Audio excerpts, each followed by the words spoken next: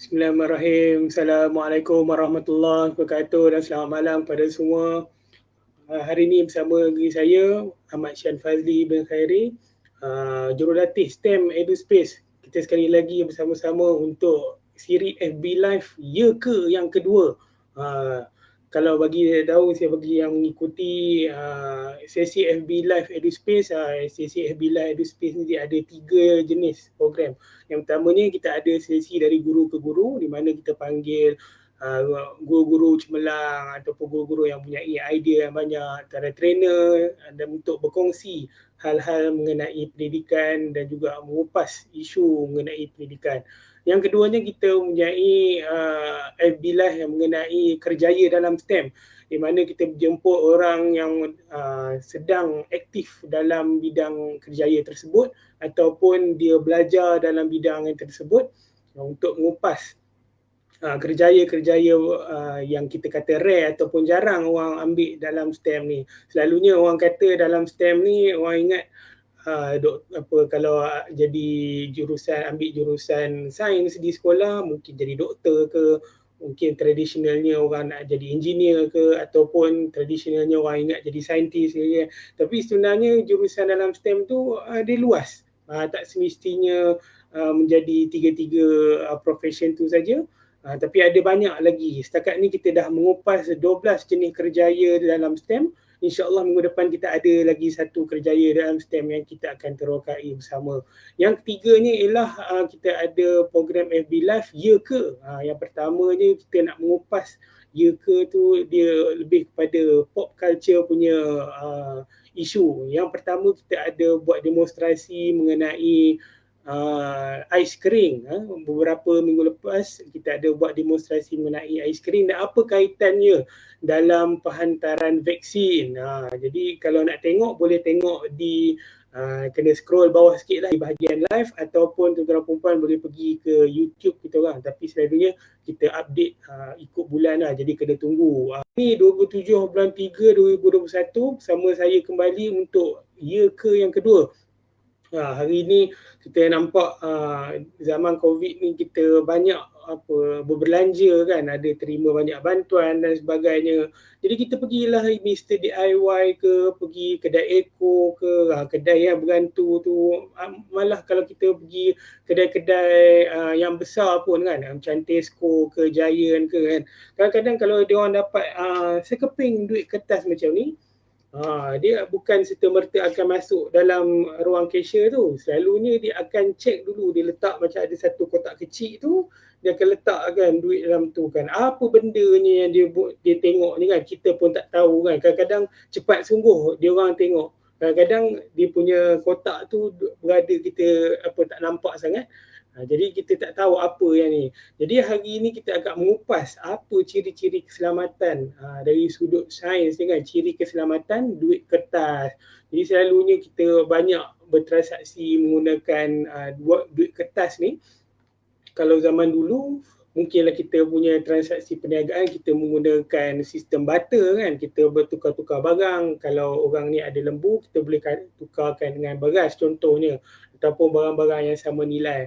Tapi bila kita punya sistem perniagaan semakin kompleks kan, kita nak bertukar bukannya kita nak tukar dari sudut barang. Kalau kita perkhidmatan macam mana pula? Jadi timbulnya penggunaan duit kan. Tapi bila menggunakan duit yang asal, mungkin dia berbentuk shilling. Duit yang moden ni barulah kita menggunakan wang kertas untuk membuat transaksi perniagaan kan. Jadi wang kertas, wang shilling tu, yang pertama sekali kita panggil dia duit fiat money. Duit yang kita wakilkan nilai dia kepada salah satu benda. Selalunya setiap negara adalah dia punya mata wang ni masing-masing kan. Hari ni kita akan membedah, kita akan tengok kan ciri-ciri keselamatan duit kertas kan, macam mana kita nak beza antara duit kertas yang betul ataupun duit kertas yang palsu. Dan selalunya kalau duit kertas yang palsu ni kadang-kadang nampak macam biji macam sama kan. Kalau kita pegang 100 mungkin nampak macam 100. Kalau pegang yang RM5 mungkin nampak RM5. Tapi macam mana kita nak beza kan. Jadi itulah datang kemahiran saintifik tu sendiri. Jadi bila saintis-saintis ingin membuat satu eksperimen, dia akan menggunakan deria untuk mengenal pasti ataupun mengawal pembelian ubah dan sebagainya kan. Jadi kita menggunakan konsep yang sama, konsep saintifik, menggunakan deria untuk mengetahui sama ada duit tu duit yang betul ke duit yang palsu kan. Jadi mari kita tengok contoh yang pertama kan. Ini saya ada duit kertas RM5 kat sini kan. Ini duit yang betul lah ya. Semua duit yang saya tunjuk malam ni semuanya duit betul. Saya tak ada duit palsu. Kalau duit palsu tu mungkin kena disegerakan untuk buat laporan polis kan. Jadi berbalik kepada wang-wang kertas kan. Jadi kita di Malaysia untuk siri duit yang terkini kita ada dua jenis wang kertas. Yang pertama sekali kalau macam kita tengok duit wang kertas 100, wang kertas 50, wang kertas 20 dan 10. Ini diperbuat daripada kertas. Ada kertas yang khas lah untuk kita buat.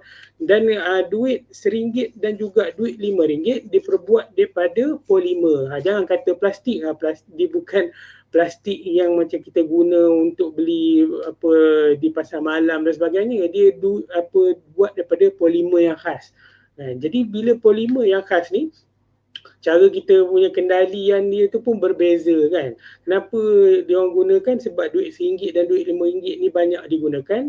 Jadi bila dia guna duit berbentuk polimer ni, dia tidak mudah rosak kan. Jadi kalau ada terkotor ke apa ke, tertumpah sirap ke dan sebagainya, bolehlah kita basuh kita punya duit ni sebut. Kalau duit polimer je lah, kalau duit kertas jangan basuh. Okay, mari kita tengok yang pertama sekali kan. Kalau kita tengok yang pertama sekali, apa feature yang paling besar untuk duit kertas, mana-mana duit kertas kita pun ada gambar Sri Paduka Baginda yang di-Pertuan Agong yang pertama. Muka di sini kan, di bahagian ni. Kalau di Orang Puluh ada juga kan. Dia mesti ada gambar apa yang di Pertuan Agong yang pertama. Jadi di bahagian yang di Pertuan Agong yang pertama tu, kalau kita sentuh guna tangan, dia ada tekstur dia sedikit kesat kan. Jadi boleh banding bezakan antara duit RM1 dan duit RM5.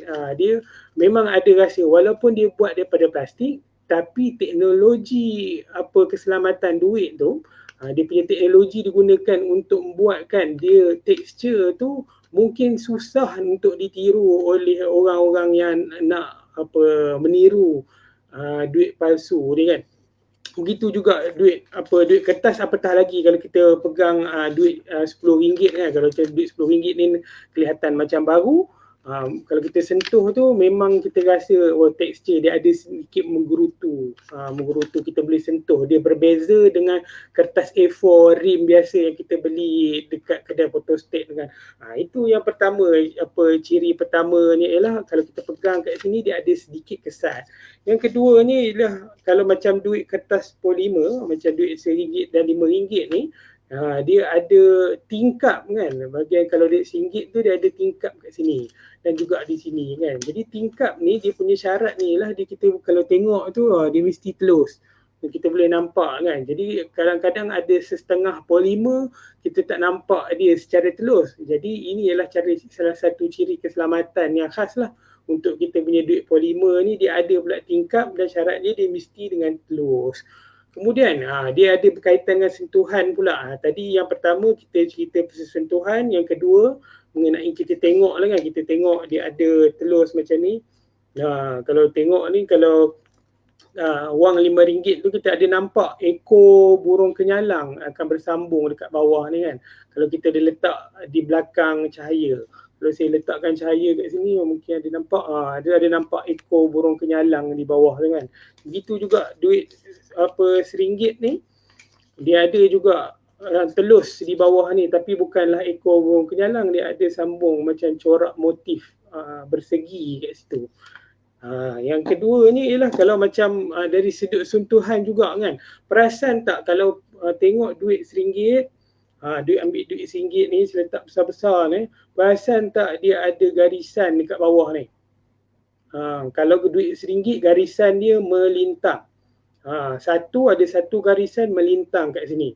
Kalau kita tengok duit RM5 dia ada juga garisan tu.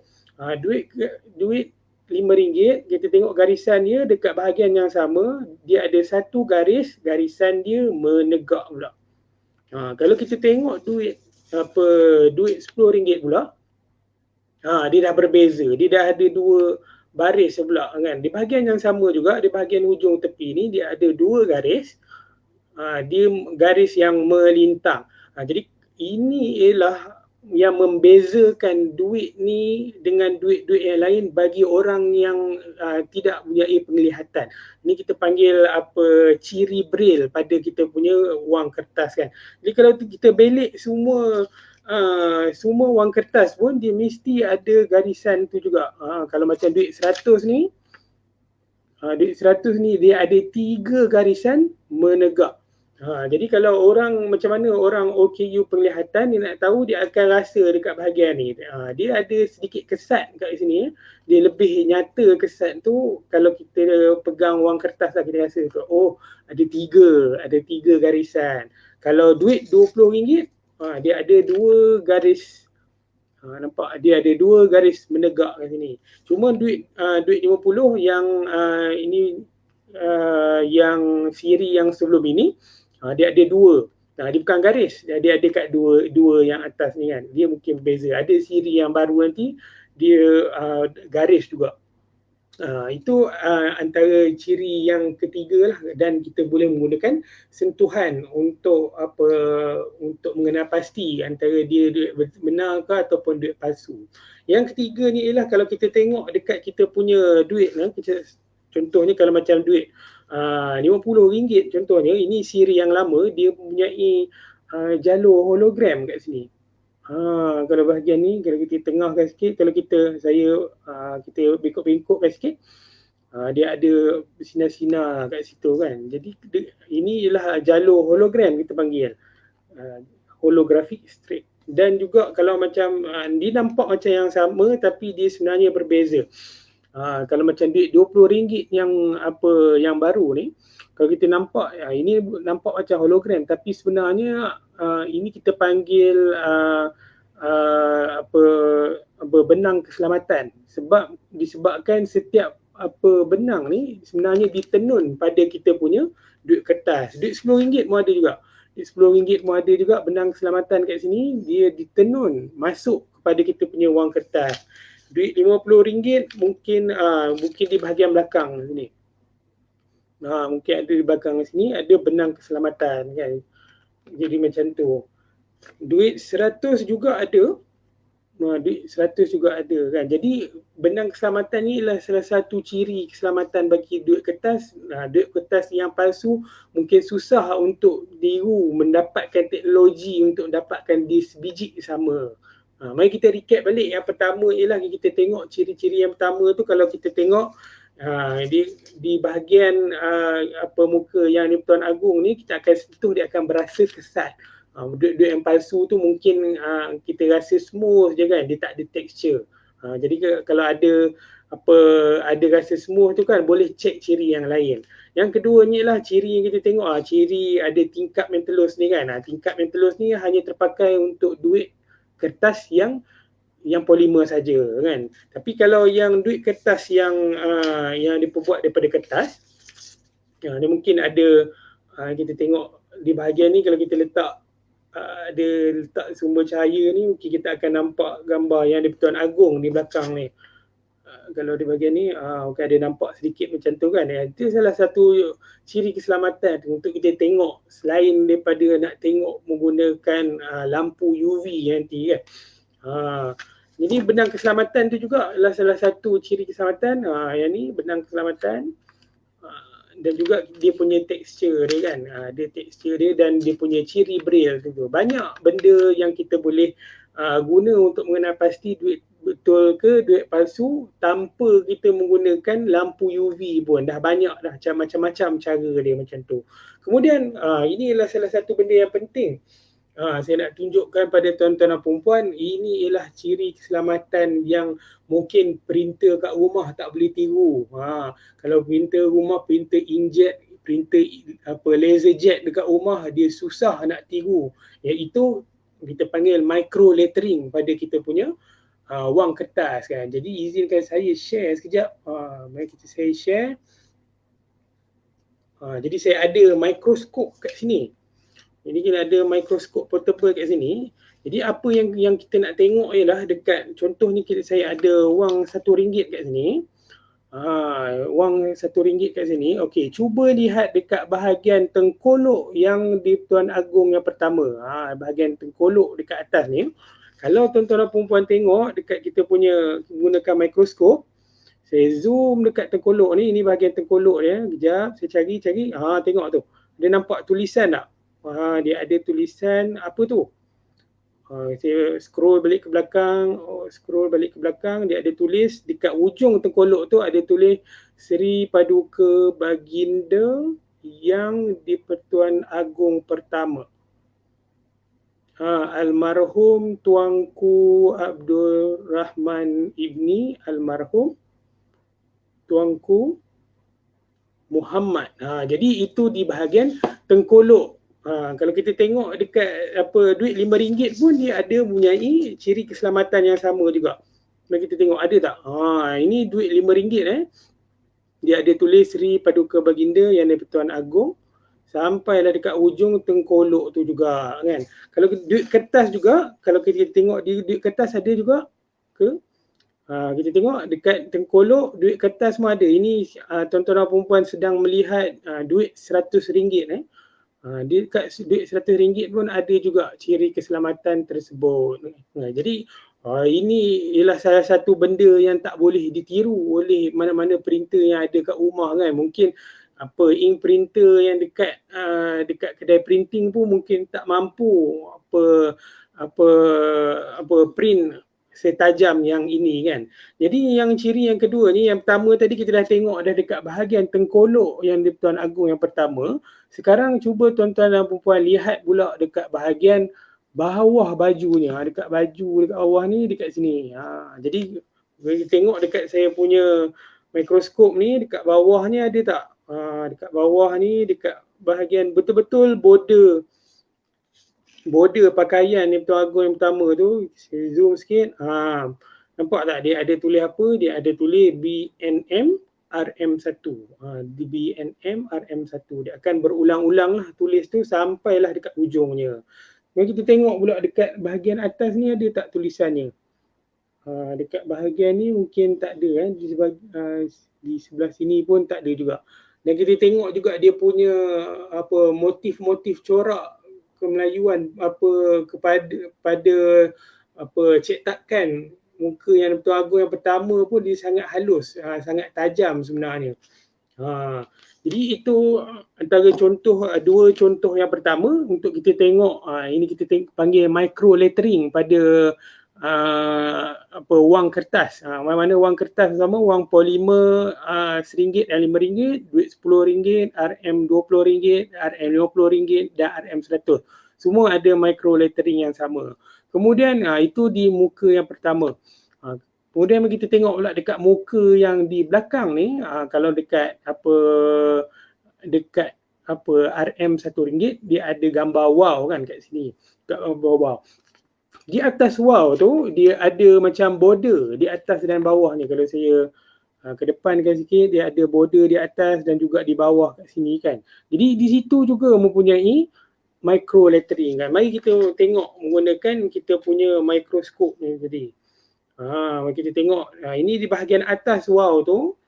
Kalau ada mata yang power boleh tengok lah ya. Di atas mata kita boleh tengok dia ada tulis BNM RM1. Ada 3 lapis kita tengok kat sini.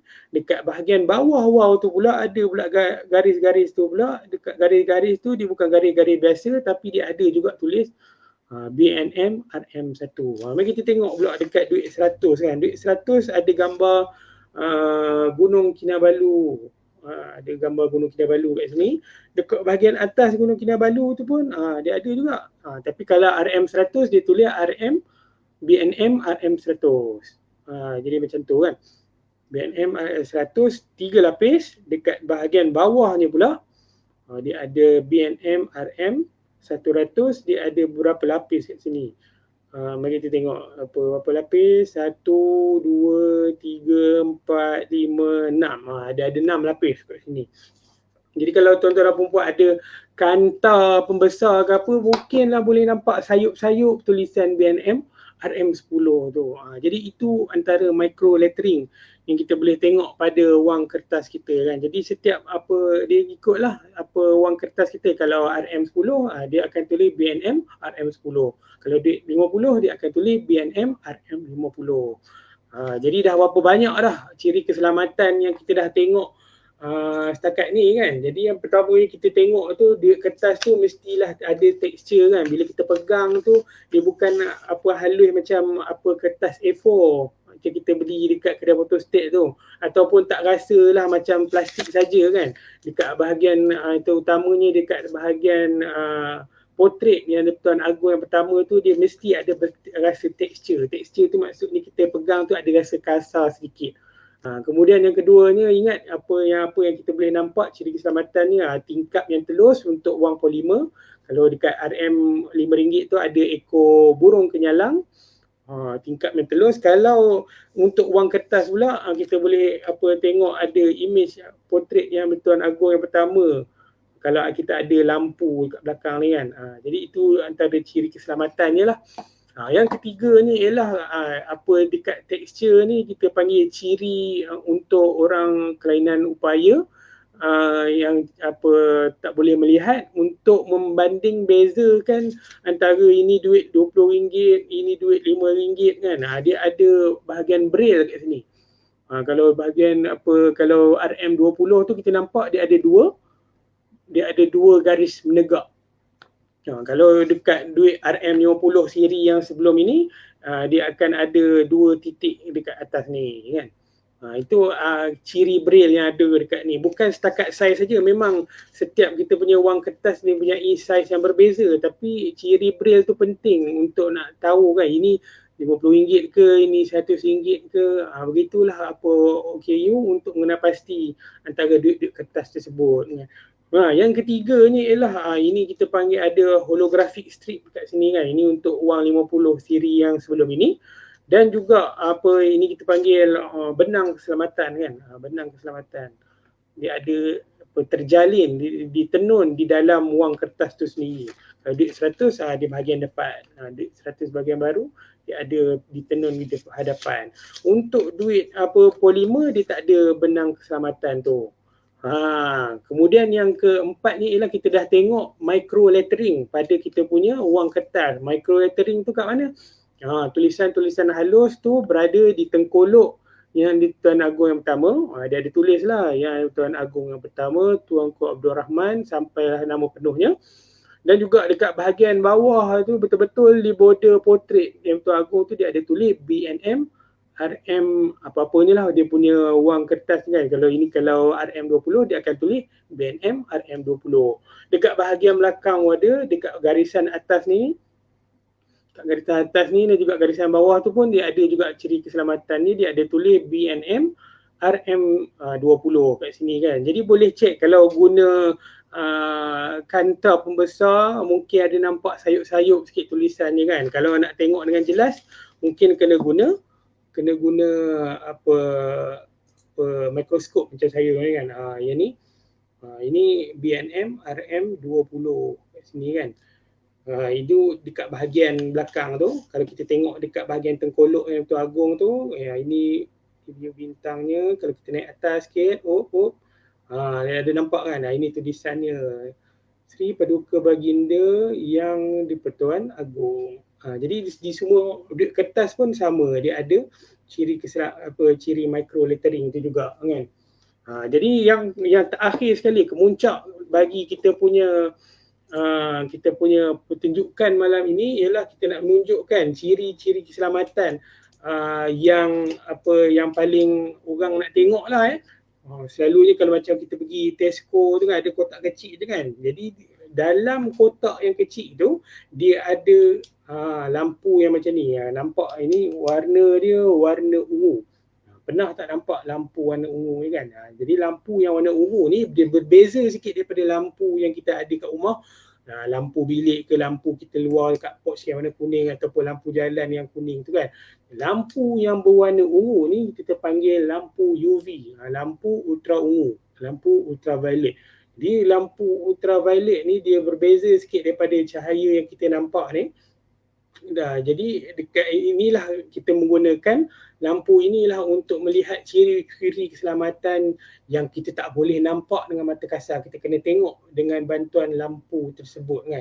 Jadi bagi saya padamkan lampu studio saya ni, saya akan padam lampu studio dan saya akan pasangkan lampu UV. Dia dah nampak gelap dah. Okey, saya akan pasang lampu UV saya dan saya akan bengkokkan saya punya kamera. Baik. Ni. Okey. Daripada sini kita boleh nampak dah. Dia ni dia ada berwarna-warna sedikit kan. Dia ada warna sedikit. Kalau tengok apa, kalau kita tukarkan kat bahagian ni, saya kedepankan sikit macam mana. Kedepankan sikit dan bengkokkan. Okay, saya bengkokkan. Kemudian nampaklah. Apa kalau kita tengok yang pertama sekali yang paling nampak sekali ni duit RM5. Duit RM5 dia ada mungkin lampu UV ni terlalu terang saya gunakan lampu UV yang kecil ni. Kalau boleh kita pakai lampu UV yang kecil ni. Padahal lampu UV yang besar. Lampu UV yang kecil kita boleh nampak. Ini ciri kesamaan. Inilah dia apa yang orang nampak dalam apa ni kotak tersebut. Dia boleh nampak kalau duit RM5 tu dia ada motif nombor 5 dan juga dekat 5 ni saya adjustkan dia punya kuasa dia kat sini. Boleh nampak ada motif burung kenyalang kat sini Okey, saya kira kat sini. Dia nampak burung kenyalang dan juga dia ada tulis kat sini okey, kat bahagian atas ni dekat bahagian sini dia ada logo Kijang, iaitu logo Bank Negara Malaysia. Dan apa dia akan tulis BNM RM5. Itu apa yang kita nampak pada muka bahagian belakang lah untuk wang kertas. Untuk wang kertas wang kertas polimer. Kalau kita terbalikkan pula, apa yang kita nampak dekat bahagian tepi ni, bahagian tepi ni dia akan berwarna sikit bahagian di sini dan juga tak ada ciri yang lain kita boleh nampak. Kemudian kalau kita tengok wang kertas pula, untuk wang kertas dia ada unik sedikit. Wang kertas pun unik sikit. Dia akan ada, kita panggil ni benang keselamatan juga, dia akan nampak berwarna-warni. Ada berwarna-warni. Mungkin disebabkan auto exposure kamera saya. Kalau nampak di bahagian sini, dia nampak macam ada bercahaya sikit kan. Jadi itulah apa benda ni termasuk sekali dalam material kita punya apa wang kertas tu. Jadi itu ciri keselamatan yang apa orang nampak lah dalam ni. Kalau kita tengok duit 100 pula, duit 100 mungkin lebih macam-macam. Mana duit 100 saya? Ni nampak lebih, saya rasa lebih jelas wang 100 ni ada nampak macam parti kat sini kan. Itu ialah ciri keselamatan untuk wang kertas 100 kan. Dia lebih jelas dalam wang kertas. Duit 50, 10 berbanding daripada wang polimer dia ada dekat belakang ni saja. Wang polimer kalau macam RM5 tu dia ada 5 dan juga motif burung kenyalang. Tu dia ada BNM5. Kalau kita tengok wang kertas di sebaliknya, kalau duit 20 tu dia akan ada tulis RM20, duit 20 kat sini dan juga ini motif penyu. Dia mengikut tema belakang ni ada gambar penyu kan. Dan seperti itu juga dia ada tulis BNM RM20 kat sini dan juga ada logo Bank Negara Malaysia. Kalau saya jauhkan sikit boleh nampak kot. Dia ada logo Kijang dekat atas ni. Di tempat jari saya tadi. Kalau duit 10, kalau duit 50 yang lama kita tengok. Kalau duit 50 yang lama, dia berbeza sikit. Dia ada juga, saya ketengahkan, dia ada juga ni BNM 50. ni logo Kijang, dan juga dia ada logo futuristik kat sini kan. Dia ada 50 dan juga ada motif molekul kat sini kan. Jadi itulah apa kita punya ciri-ciri keselamatan apa wang kertas yang kita boleh nampak menggunakan lampu UV. Kalau RM1 dia ada motif wow kat sini, bukan wow yang besar ni mungkin dia punya apa, untuk exposure dia sedikit mengelirukan kan.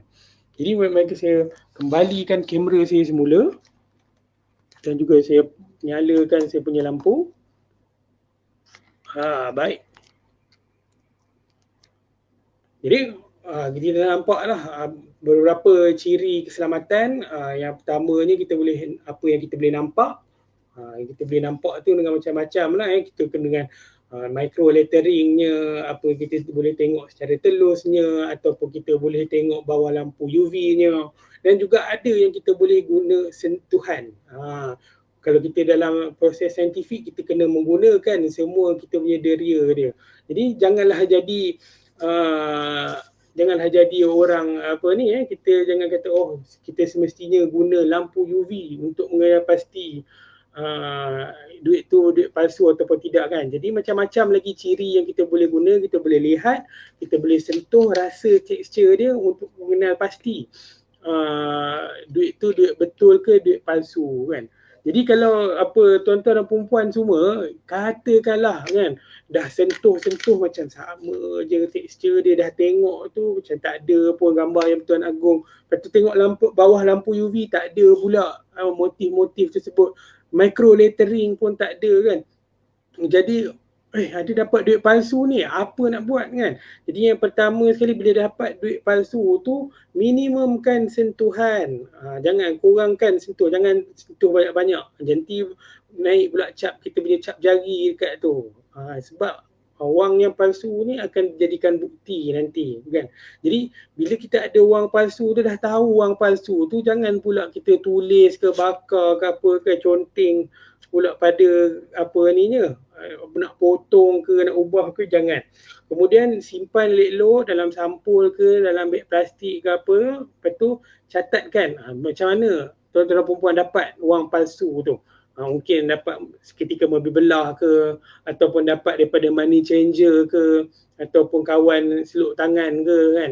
Jadi lepas tu kemudian laporkan kepada polis kan, buat laporan, inilah duit palsu, ini apa dia punya buktinya.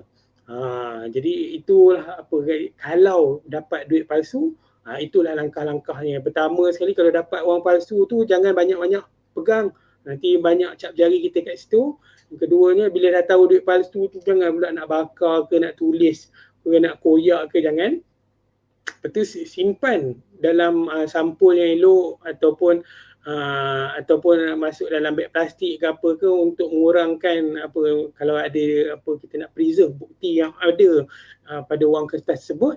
Dan yang kelimanya, jangan lupa buat laporan polis kan. Kadang-kadang antara kita punya laporan tu mungkin membantu siasatan polis dalam apa menghalang cubaan-cubaan untuk buat wang palsu masuk dalam circulation kita punya wang ni kan. Jadi itu saja kita punya perkongsian yang hari ni. Harap tuan-tuan dan puan dapat manfaat kepada jadi kita dah tahu dah duit kertas ni dia ada macam-macam ciri keselamatan, dan kita menggunakan ilmu sains yang terkini lah untuk menghasilkan ciri-ciri keselamatan yang moden tu kan. Bukannya mudah untuk menghasilkan micro lettering tu, bukannya mudah untuk kita nak buat ciri-ciri yang kita boleh gunakan bawah lampu UV tu, dan bukannya mudah untuk nak buat kita nak cetak bagi nampak telus dan apa dan sebagainya. Jadi sebelum saya mengakhiri saya punya program, saya ada beberapa pengumuman. Pengumuman yang pertama ni ialah mungkin cikgu-cikgu, tuan-tuan dan perempuan semua ada perasan saya ada post teka-teki. Setiap minggu saya akan post teka-teki gelitik otak. Gelitik otak untuk kita sebagai ni lah kita nak buat ice breaking ke, ataupun kita nak buat aktiviti ke apa kan, kita boleh jadikan dia sebagai conversation starter dalam kita punya program kan. Jadi pada minggu ni temanya ilusi kan. Kita ada tengok ilusi. Kita share, saya akan share kan. Ada keluar tak? Baik. Jadi pada minggu ini kita ada ni soalannya ialah garisan mana yang lebih panjang, yang atas ke yang bawah kan. Jadi ini kita panggil Ponzo illusion. Dia dinamakan oleh saintis yang menjumpainya lah kan. Ponzo, saya tak ingat nama penuhnya. Jadi apa yang dia kata ialah mungkin perspektif penglihatan manusia nampak ada satu benda yang bergerak lurus, dia lurus macam trek kereta api dalam gambar ni.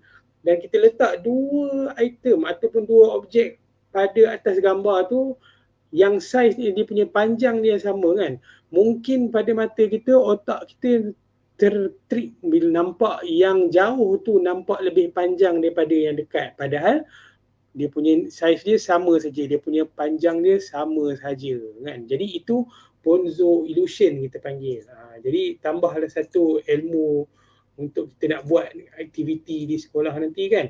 Yang keduanya ialah saya ada pengumuman mengenai aktiviti terbaru EduSpace. Cuti sekolah ini insya-Allah 3 dan 4 hari bulan April nanti kita akan adakan program Makerspace. Kita akan buat bersama di Digital Perak. Program Makerspace pada bulan 4 ni bertemakan geologi kan.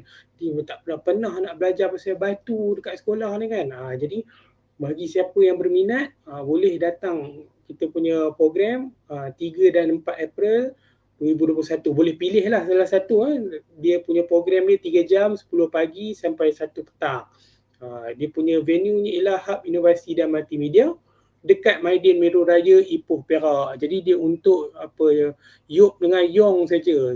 Sebab yang lain-lain kalau nak datang kena merentah negeri kan, payah pula. Jadi insya-Allah pendaftaran masih lagi dibuka.